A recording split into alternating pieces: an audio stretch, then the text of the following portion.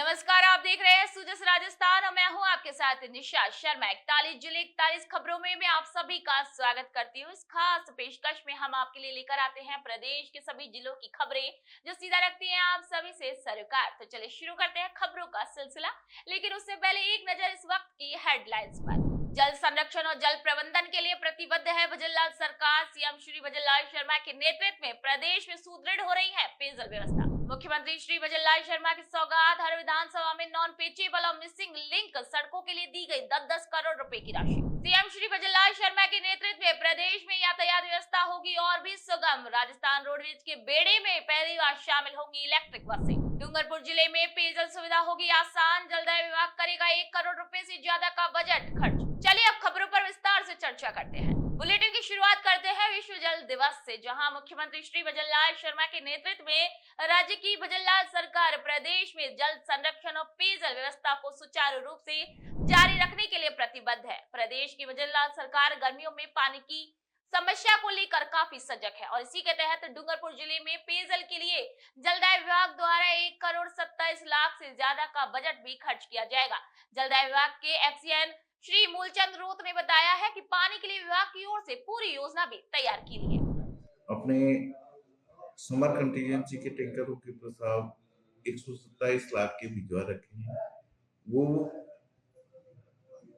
133 main दानियां हैं और 333 दानियां other habitation है, तो उसके लिए अपने पूरी तैयारी कर ली है और इसकी टेंटेटिव शायद 15 मई के आसपास अपने टैंकरों की सप्लाई से पेयजल व्यवस्था की जाएगी।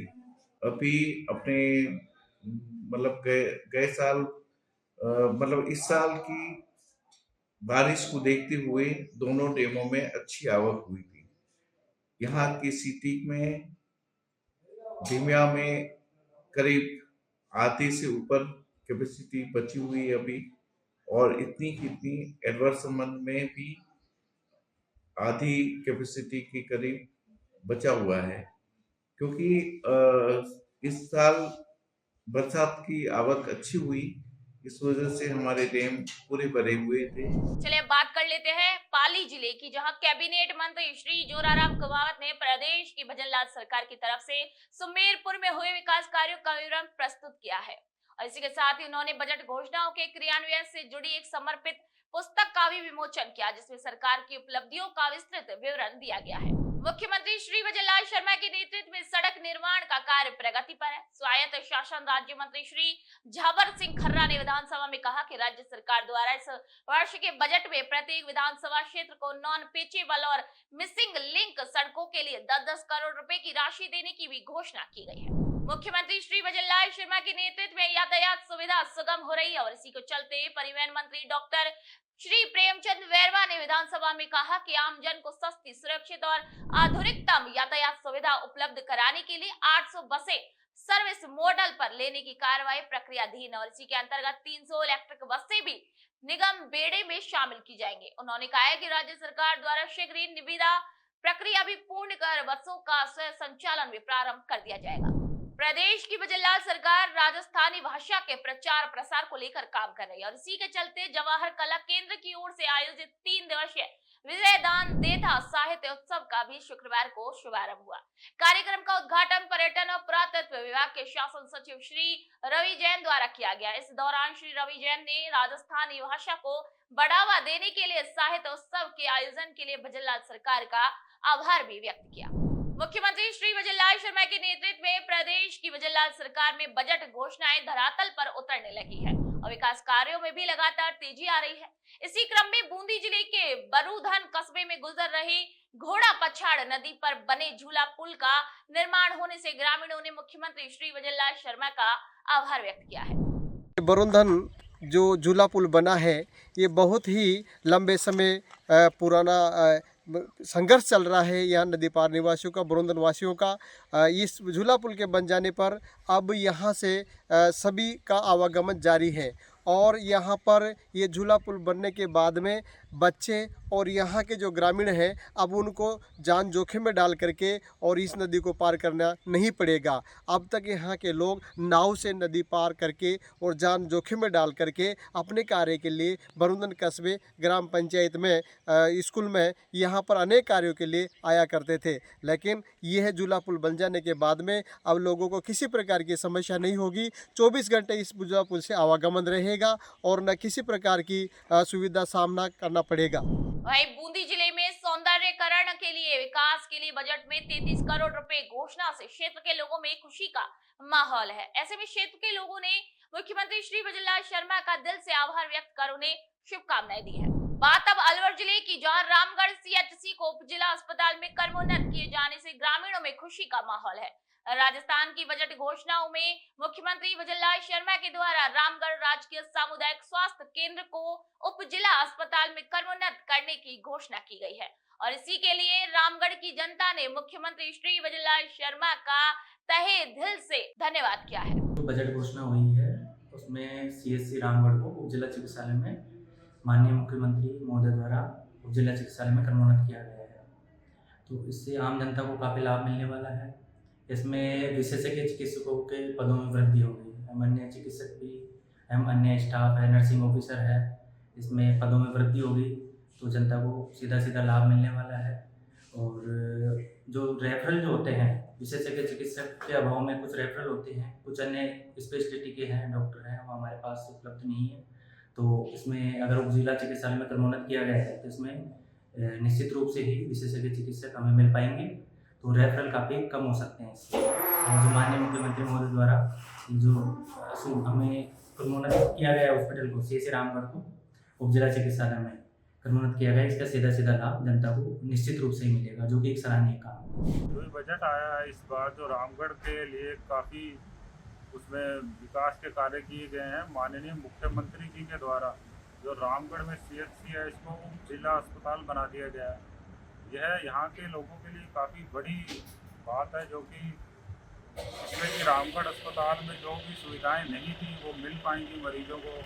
जो यहाँ पर से केस रेफर हो रहे थे उनको यही इलाज मिलेगा और काफ़ी जो लोग हैं उनकी जानें बच पाएंगी इसमें। तो मुख्यमंत्री के द्वारा अच्छा कार्य किया गया है। बजट मुख्यमंत्री जी के द्वारा बहुत अच्छा कार्य किया गया है, जो विकास की बहुत अच्छी पहल की गई है यहाँ पर। बात अब करौली जिले की, जहाँ कैला देवी लक्की मेले की शुरुआत 27 मार्च से होने वाली है और इसी को लेकर रोडवेज डिपो ने यात्रियों की सुविधा के लिए सारे प्रबंध कर लिए हैं ताकि किसी भी श्रद्धालु को किसी भी प्रकार की कोई भी समस्या का सामना न करना पड़े। राजस्थान रोडवेज यात्रियों के लिए 350 बसों का संचालन कर रहा है, जिससे अलग अलग शहरों और आसपास के कस्बों से माता के दर्शन करने के लिए आसानी से भक्त पहुंच सके।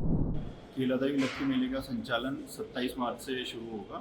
इसमें मुख्य रोडवेज मुख्यालय की तरफ से 350 बसों का अलॉटमेंट किया गया है, जिसमें लगभग 45 डिपोज की विभिन्न बसों यहाँ पे आएंगी। और क्योंकि यहाँ पे जो विभिन्न जिलों से और विभिन्न राज्यों से जो अपने कैला देवी के दर्शनार्थी आते हैं, उनके लिए एक्स्ट्रा बसें भी यात्री भार के अनुसार उपलब्ध कराएंगे। और मेले का संचालन वैसे में बसों का संचालन 24 मार्च से और 15 अप्रैल तक किया।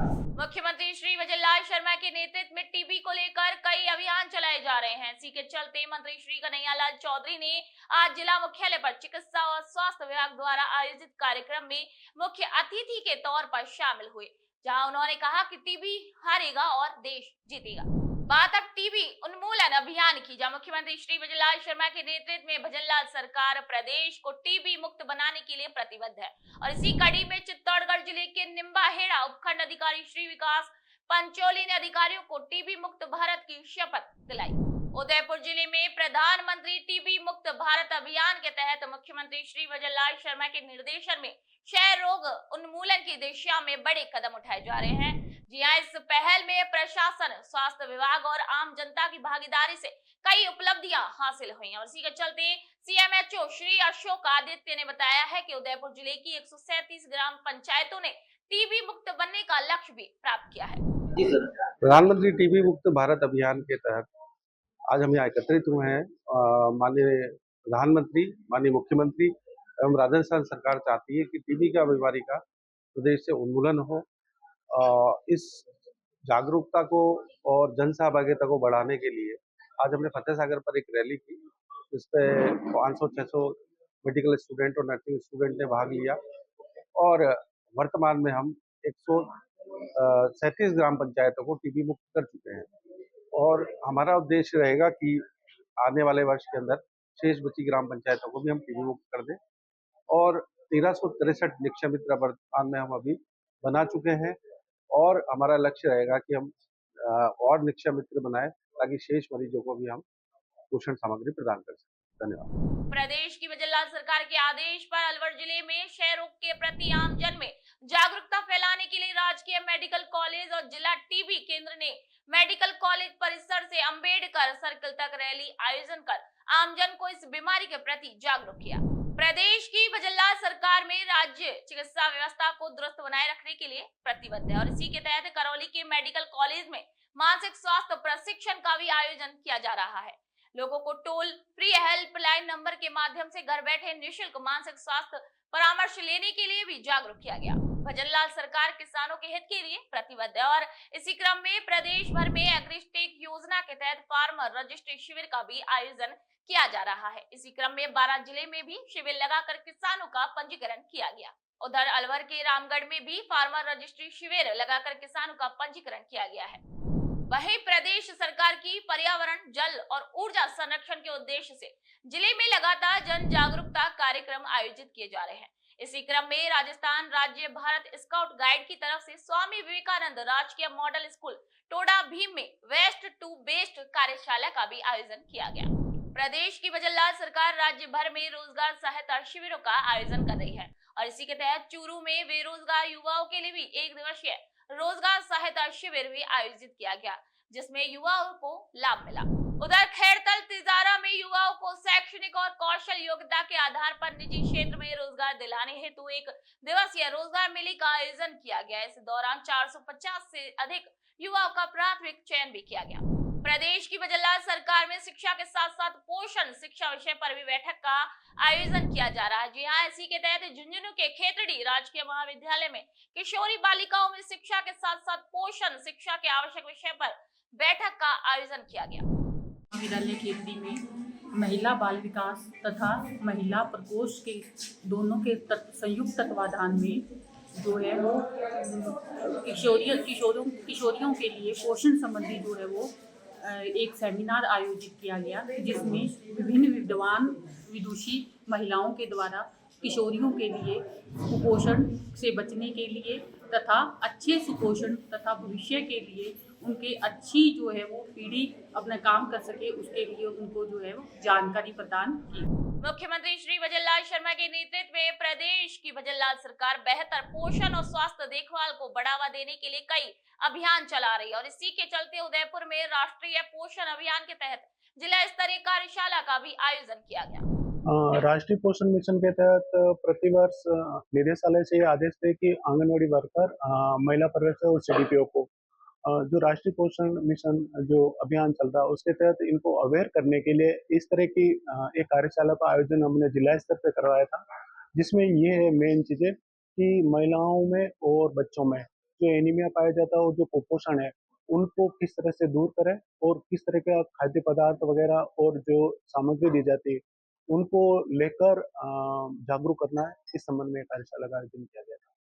किन किन लोगों ने भाग लिया? इसमें पूरे उदयपुर जिले के सभी सीडीपीओ है, महिला पर्यवेक्षक है और प्रत्येक परियोजना से 10-10 आंगनवाड़ी कार्यकर्ताओं को बुलाया गया है इसमें, ताकि उनको पोषण के संबंध में जानकारी दी जा सके और पोषण के बारे में उनको बताया जा सके। अभी आंगनवाड़ियों पर किस तरह के पोषण दिए जा रहे हैं? हमारे द्वारा जो राजस्थान सरकार के जो कॉनफेड के द्वारा जो न्यूट्री फोर्टिफाइड जो न्यूट्रिशन होता है वो दिया जाता है, जैसे उपमा है, दलिया है, खिचड़ी है और बालाहार प्रीमिक्स है, वो बच्चों को दिया जा रहा है। चले बढ़ते आगे। खैरतल तिजारा में जिला कलेक्टर ने तिजारा थाने और पंचायत समिति का औचक निरीक्षण किया। इसी के तहत जिला कलेक्टर श्री किशोर कुमार ने पंचायत समिति के निरीक्षण के दौरान नरेगा श्रमिकों की संख्या बढ़ाने के निर्देश दिए। बढ़ते आगे। मुख्यमंत्री श्री भजनलाल शर्मा के नेतृत्व में प्रदेश की भजनलाल सरकार जनता को योजनाओं का फायदा लेने के लिए लगातार जागरूक कर रही है और लोगों की समस्याओं को भी गंभीरता से लेकर उनका निपटारा भी किया जा रहा है और इसी के तहत खैरतल सिजारा में जिला कलेक्टर श्री किशोर कुमार की अध्यक्षता में ग्राम पंचायत झिरंडिया में रात्रि चौपाल का आयोजन किया गया, जिसमें ग्रामीणों की समस्याओं का मौके पर ही निवारण करने के लिए साथ ही संबंधित अधिकारियों को जरूरी दिशा निर्देश दिए गए। मुख्यमंत्री श्री वजनलाल शर्मा के नेतृत्व में प्रदेश की वजनलाल सरकार बाल संरक्षण के लिए कई काम कर रही है और इसी के तहत करौली जिला के सपोटरा में बाल मैत्रीपूर्ण अभियान को सफल बनाने के लिए विधिक जागरूकता शिविर का आयोजन हुआ। प्रदेश की वजनलाल सरकार में प्रदेश की कला और लोक संस्कृति निखर कर सामने आ रही है और इसी क्रम में सीकर जिला प्रशासन और पर्यटन विभाग की ओर से शेखावाटी उत्सव की शोभा यात्रा का आगाज किया गया। इस उत्सव में राजस्थानी लोक संस्कृति की झलक देखने को मिली। प्रदेश की वजनलाल सरकार द्वारा कौशल विकास श्री विश्वकर्मा कौशल विकास बोर्ड का गठन किया गया, जिसके माध्यम से हाथ का हुनर रखने वाले कार्यक्रमों को सरकार द्वारा ट्रेनिंग दी गई ताकि वे अपना रोजगार कर सके।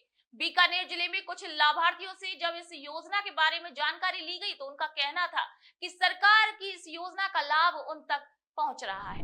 समुंदर और कारपेंटर का काम करता हूँ और पीएम विश्वकर्मा का योजना का फायदा मिला हमें और 7 दिन की ट्रेनिंग दी हम लोगों ने और उसका 4,000 रुपये आ गया इसका और 1 लाख का लोन भी मिल गया।